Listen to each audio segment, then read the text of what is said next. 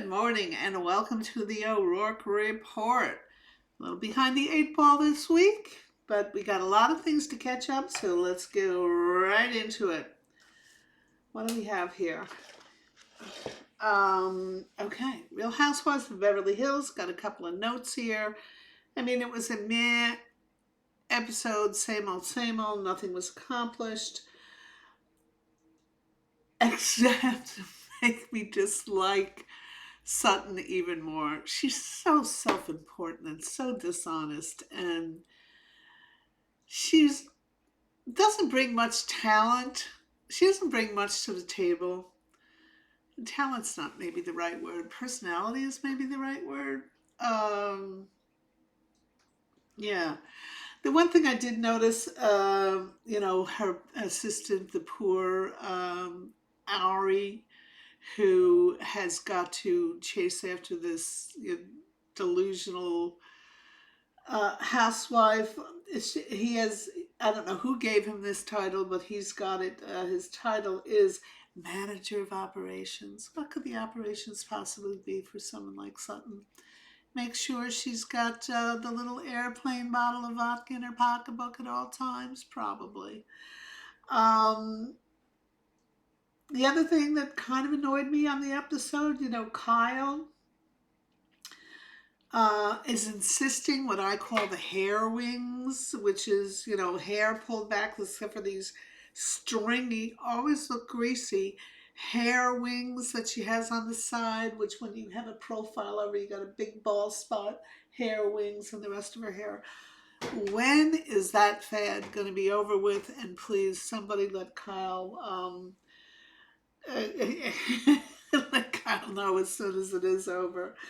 The only good thing that I thought happened in the episode, and boy, they didn't stick on it, did they? Kyle has been doing this whole big teasing after, am I a lesbian? Am I not a lesbian? Do I love this, this little 25-year-old West Virginian country singer? We're soulmates. Well, what is it? So Garcelle called her on it. Garcelle says, well, listen, if you want to be a lesbian, be a lesbian. And the look of shock on Kyle's face, like, how could anybody think that? Kyle, you're a lying sack of you-know-what. Go away. Okay, that was enough on Beverly Hills. Let's go into RHONY. I've only got a couple of things to say about RHONY. It's a repulsive show. Bryn is repulsive. Their latest thing that they did in their march of, let's see if we can out repulse everybody that we did last week, was Jenna Lyons, for some reason, decides to announce that she's got straight pubic hair. Very straight pubic hair. So the other ones, do they think this is hilarious? And they're going to ridicule her for it. They ridicule her by getting little parts of hair extensions and putting it in their bikini bottoms and having it come out of their bikini bottoms. And aren't they hilarious? Well, I have to mention the scene to somebody I know owns a waxing salon. And I mentioned it to her, and I said, have you ever heard of straight pubic hair? She said it's very common in Asian. She sees it very often in Asian. She sees it with Mexican. So who are these ridiculous cows to make fun of anybody? Who are they? These RHONY, disgusting. Bryn wallowing around in the sand with the lifeguard. Ew. And then the other thing that they do, and Erin is right behind. She was, I think, the leader of the pack with stuffing the bikini bottoms. She also pulls this thing with Bryn, like, let's pretend we're sexting Abe, who is Erin's poor husband.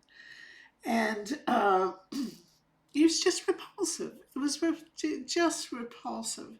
And Uba called them on it. Uba's not a very likable person. But at least she's not sneaky. Erin is sneaky. She was sneaky with the squirrel thing that she pulled with Rebecca Minkoff. She just everything she does, and then she always ends up in tears and appears to make sincere apologies. But at this point, I don't care. All of them Repulsive. Yeah, yeah. Salt Lake City, what did we have? Season finale. The other thing, of course, which devolved into an absolute scream fest, which they all do. The formula now, every single housewife show devolves into scream fest, name calling, and there's never any resolution. And it just is, how much hurt can you survive in any get-together session, and are you able to return fire? It's what it is. It's getting a little, I said it last week, getting a little long in the tooth. I thought it was interesting. Remember, I told you about that blogger, that Bravo blogger, Up and Adam, the only one who was at the time covering the James Kennedy domestic violence arrest.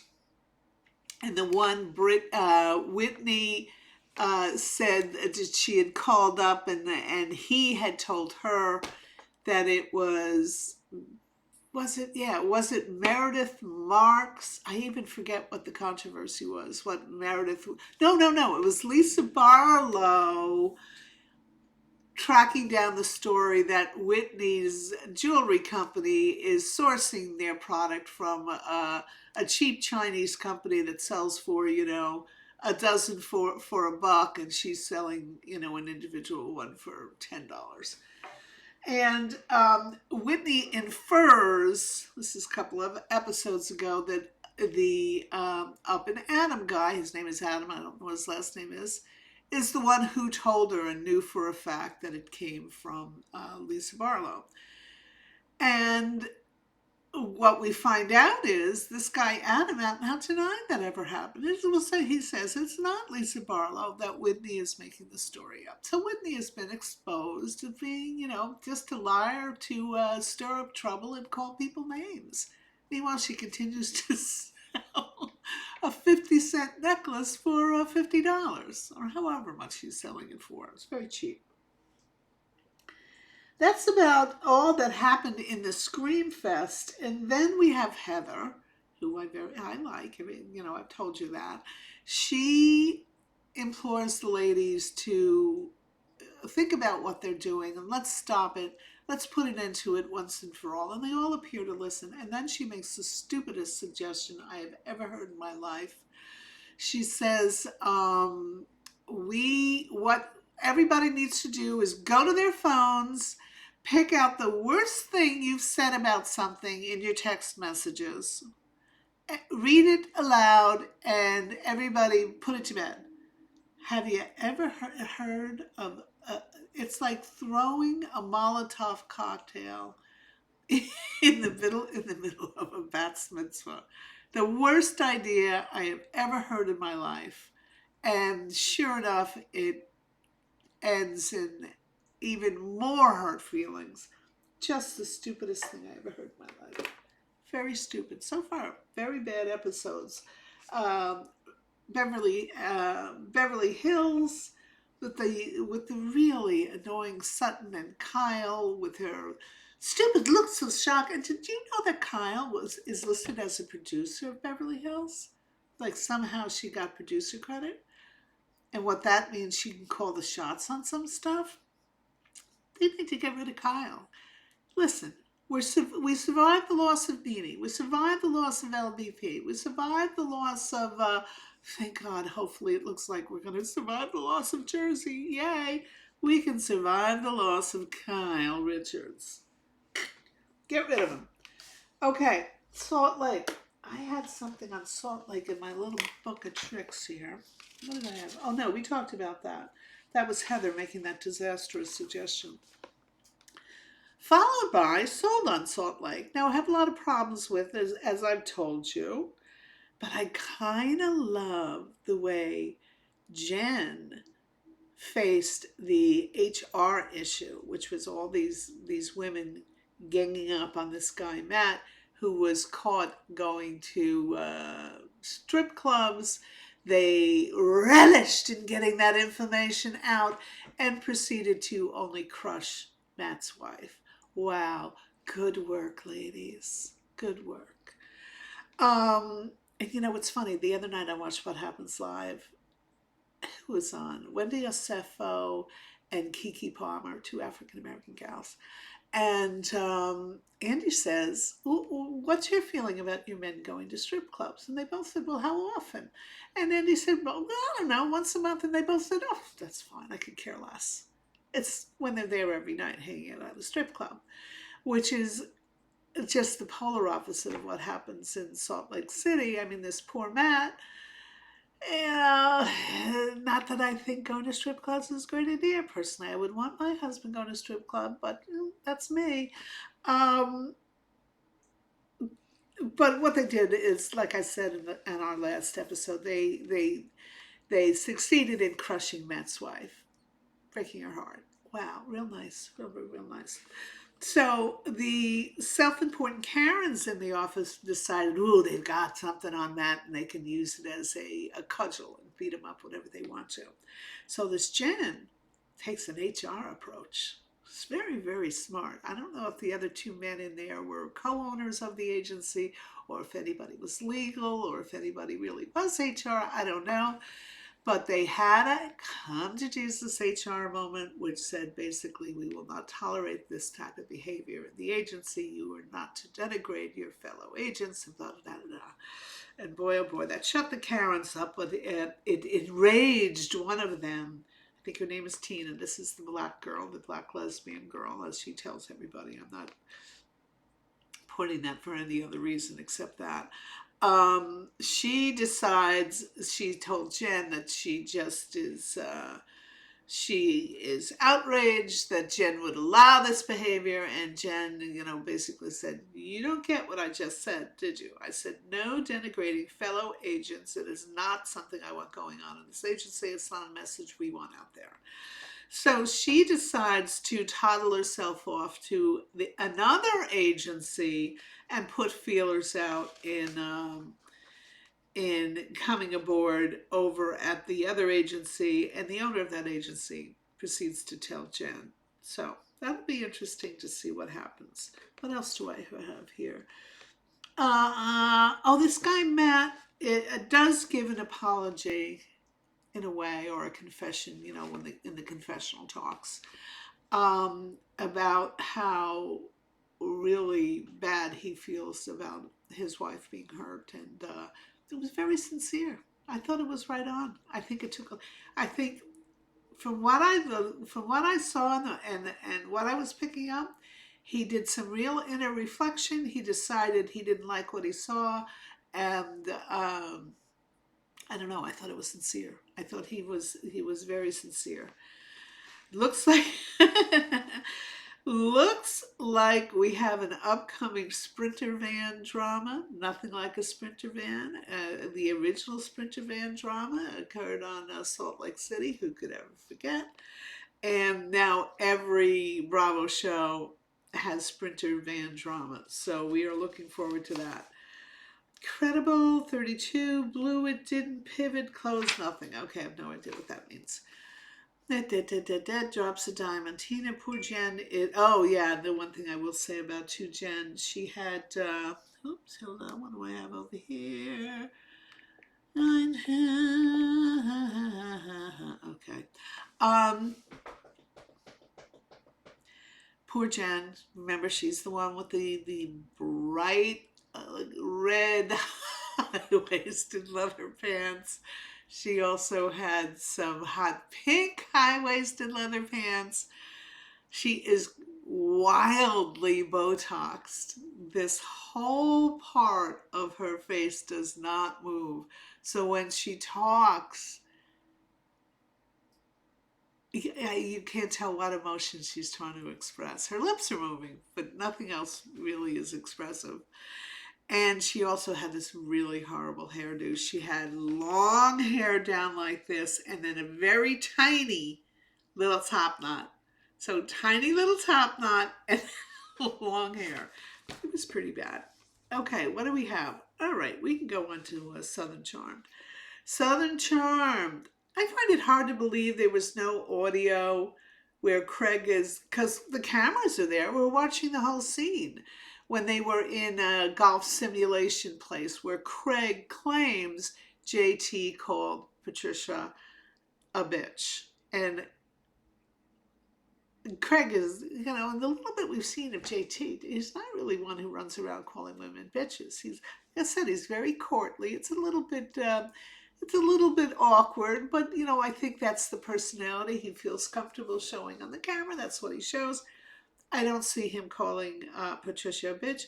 I do see Craig trying to start trouble, and strangely, there's no audio from when that occurred.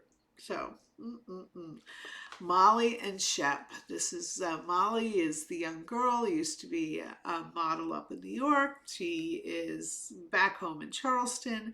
She beats herself up because she thinks she's put on a little bit of weight. And who zooms in on her but Sheppy Shep? And Molly, run, Molly, run.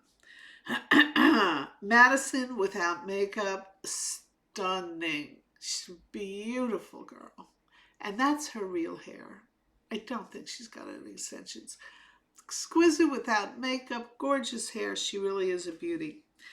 Austin and Audrey. Oh, this is Austin's girlfriend, Audrey. She's very young. Austin's still a hound dog. I don't see the way he's been badgering Craig to go out on the Peter Pan Neverland Trail again. I don't believe he'll be. You know what they are? This is a young Shep and Taylor. He'll go through years and break the girl's heart, unless his mother gets a hold of him and boxes his ears. Sally, she had a housewarming. Wow, an engagement story.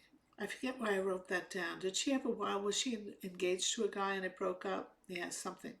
I forget what the story was. Sorry. Andrew's boyfriend. Craig's reason for calling. Okay, JT Nano. Craig jumping in. Okay, now we go on to, which is really, I'm really loving this show. I'm really loving Southern Hospitality. Joe Bradley, what a sweet, sweet guy. The scene with him and Maddie's parents at the beach. I don't know what beach they were at, but someplace in Charleston. It wasn't Folly Beach, or they weren't out on Isle of Palm, and they weren't out on Sullivan because they were saying the beach they were at was so much windier. But what a sweet, sweet guy. The parents love him. I hope. A little bit I've seen, I love. I just love. And he's got a cute little personality. They show some pictures of him when he was a kid. He used to go to Bible camp, and his nickname was Joey Bibles. And now on the show, because he works at Republic, they call him Joey Bottles. But he says, I kind of like Joey Bibles. So anyway, I thought that was cute. They went to somebody's parents' house, and it was like, oh yeah, I forget what the cast member's name is. She's a new girl. Their lake house was wow, wow, wow, gorgeous. And you compare that to Shep's vacation house up where they went hunting. Shep, open up the little wallet a little bit, have the little moths fly out, take some money, do some updating on the house. It's terrible. And then this was the reason to watch. This is the reason we watch reality television. Joe and TJ, Joey Bibles, who's going out with Maddie, and TJ, the gay bartender. They used to be best friends, and they're not best friends anymore because TJ said on the reunion, he verified that Joe Bradley had slept with the Countess Luann, a little cougar from New York. But it turns out they're talking about their relationship, and JT relates an incident that happened. Evidently, they all went out drinking one night. They all went back to JT's house. It was just Joe and JT. And he tells of a very uncomfortable drunken conversation they had where TJ, similar to what he did with Michaels, remember the maitre d' a couple of weeks ago, this is years ago this incident happened, this drunken conversation after a night of partying. JT professes his love for Joe Bradley. Evidently, JT's had a huge crush on Joe Bradley. And JT kind of infers something almost happened that night. And JT, present day, says to Joe Bradley, I always thought you might have been gay and you were fighting it. So this is going to be and that's kind of all that happened in this episode. It's going to be very interesting to see how this very real conversation is going to play out. I just thought they were both very real and very honest. And I do think Joe Bradley is madly in love with Maddie. He has for years. That's how we first met him the first season, I think 3 years ago when the show started. One of the main stories was Joe Bradley was madly in love with Maddie. Maddie, while liking Joe very much, didn't think of him as romantically because she was going out with that cad of the pedal cab guy.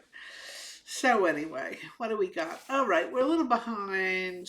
Well, the one other thing I want to say. Okay, I'll close it out. I'll get caught up here. Potomac. They should build a show around Stacy and get rid of everybody else. And I just could care less. I could care less. I just think it's such a down market show. I think it's really, there's nothing aspirational about the show.